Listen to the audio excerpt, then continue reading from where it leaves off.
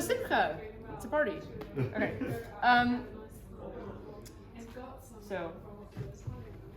So this is just like a mini presentation on the. This is just a mini presentation on my history of the book project, which was centered on this book, which is Op-Ed Fold 3468, which is a Haggadah from 1609, printed in Venice. It was actually part of a series of Haggadahs. So Haggadahs being the Passover, the Jewish holiday of Passover. It's a prayer book that goes along with the meal that basically tells you how to prepare your house, what order, in which order you should be eating things, drinking wine, etc. This was printed in 1609 at the press of Giovanni di Gara. I discovered that his name was Giovanni at my coffee morning that I did about this, which was very exciting because it felt a little bashert, meant to be, that my name is Giovanna and his name was Giovanni.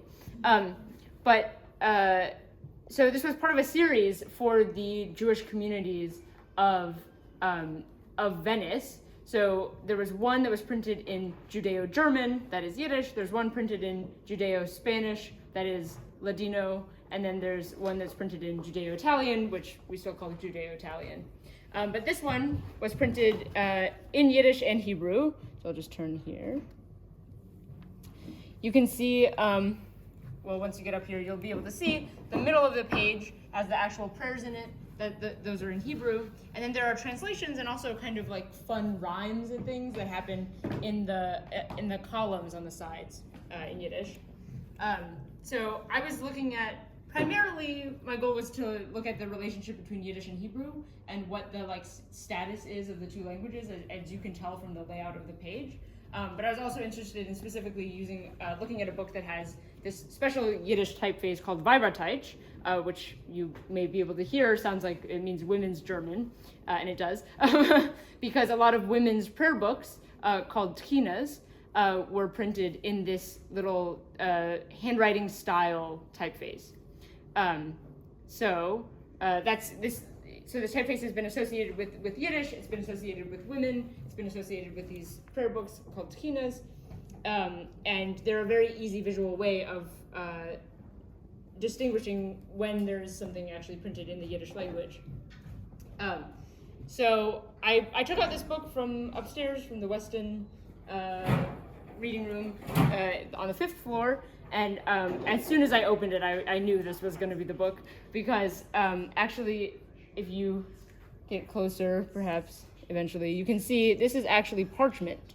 So it's letterpress printed on parchment, this is the only instance I've ever seen of this. I've spoken to librarians and I've heard that they've seen maybe a couple other instances of such a thing.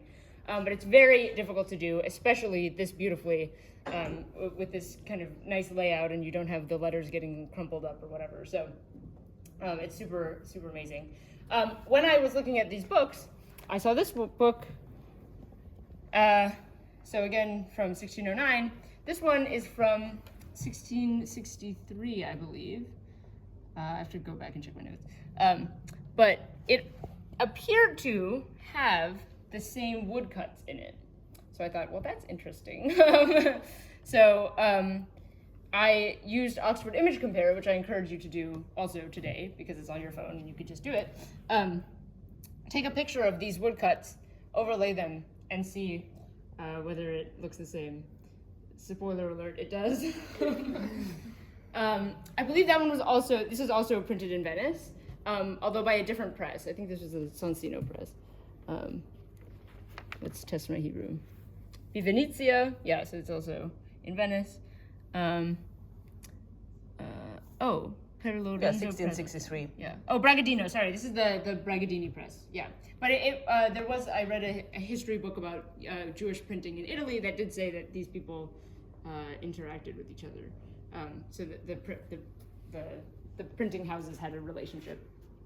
I also looked at, I just pull out all the Haggadahs because it was like an easy place in the. All of these are from a physical catalog. They're not, the catalog is not digitized, so I can't just like look it up in Solo or whatever. So I had to go to the physical catalog, and I just opened it to Haggadahs because Passover is my favorite holiday, and I just found all the ones that said Yiddish, and so I took them all out. So this is a different one. Upfold 1280, and it is from Prague, I believe, but let's double check. And I just wanted to bring it out to show, so printed in Prague. I just wanted to show a different style of woodcut. So the Venetian style is extremely beautiful, and actually to this day it's still imitated to some extent, because the Venetian Haggadahs inspired the Amsterdam Haggadahs, and the Amsterdam Haggadahs are still imitated to this day. So it's kind of this like lineage of imitation, and every good Jewish artist will try their hand at making their own Haggadah. But so I wanted to show something from a different part of Europe. So this is from Prague, and you can actually see it is also very beautiful. The printing is very nice, but the woodcuts are a totally different style, which I thought was fun. You can even compare similar parts of the Haggadah, so different similar sections in the order of things, that you'll have the same kind of image, but it's not done in the same way. But lots of pictures of guys holding a glass of wine and stuff. And then here, actually this is one that I only brought out recently, I think. I'm trying to remember. Yeah, so this is also a Haggadah. And it was also printed in Venice, and this one was printed in 1599.